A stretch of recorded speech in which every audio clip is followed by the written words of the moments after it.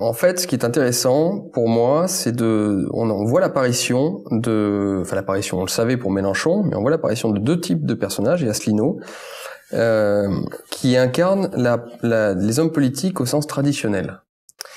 Et là, je vais faire plutôt des éloges d'Asselineau, tu vois, parce que j'ai critiqué gentiment la dernière fois ses soutiens, qui sont un peu trop zélés. Mais là, je trouve qu'Asselineau est très bon, franchement, sur les plateaux télé, sur ses discours, sur ce qu'il dit et tout. Il maîtrise ses sujets, je le trouve vraiment bon comme homme. Et évidemment, Mélenchon est excellent. Et d'ailleurs, ils attirent beaucoup de jeunes. Mélenchon est en train de gagner beaucoup auprès de la jeunesse. Donc tu vois, ça fait écho à ce que je te disais tout à l'heure à propos de la jeunesse Macron, la jeunesse vide. Finalement, la jeunesse kiffe des mecs comme Mélenchon et kiffe aussi des mecs comme Asselineau. Et donc il y a deux bonhommes dans cette campagne qui surnagent, je trouve, qui surplombent les débats.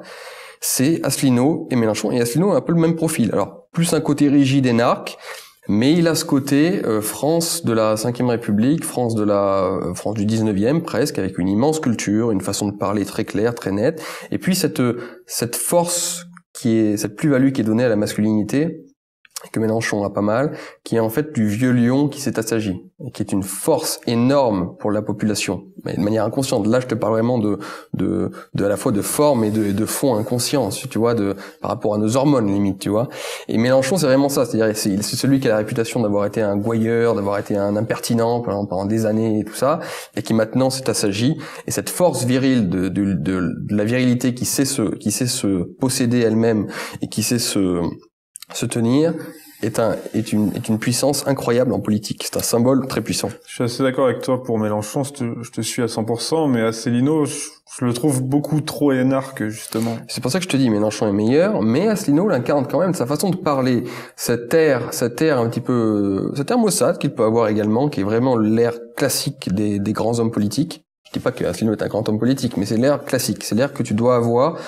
Enfin, tu regardes les Napoléons, le général de Gaulle, tu sais que Mussolini, par exemple, tous ces grands hommes politiques, ni en bien ni en mal, j'entends, parce que je peux t'en citer des démocrates, hein, mais Benito Mussolini passait son temps à essayer d'avoir l'air de Napoléon sur les portraits, c'est-à-dire cet air, notamment le fameux portrait, je me rappelle plus, en 1814, où Napoléon est vraiment, tu sais, sur son siège comme ça, Fontainebleau, il est complètement affadi comme ça, et puis il a cet air incroyable, tu vois, il pense cette gravité, cette force, et l'air maussade. C'est pas le politique gentil Macron qui sourit tout le temps, et boum, tu vois. Et comme le général de Gaulle, c'est pareil. Le général de Gaulle, quand il passe auprès des Français, il est comme ça, et tu vois, cet air inspiré, toujours très calme. Et Mussolini essayait, tu vois, en permanence de récupérer cette air maussade-là. Et cette force-là, justement, des vieux lions, mais qui ont une pensée, qui ont une véritable culture, et parce qu'ils ont cette tradition littéraire, fait de ces deux personnages, je trouve, les hommes politiques d'un point de vue anthropologique. Je ne parle pas de leurs idées, hein, je parle simplement de ce qu'ils peuvent incarner dans la forme, mais donc aussi du coup dans le fond. En fait, pour moi, les deux meilleurs.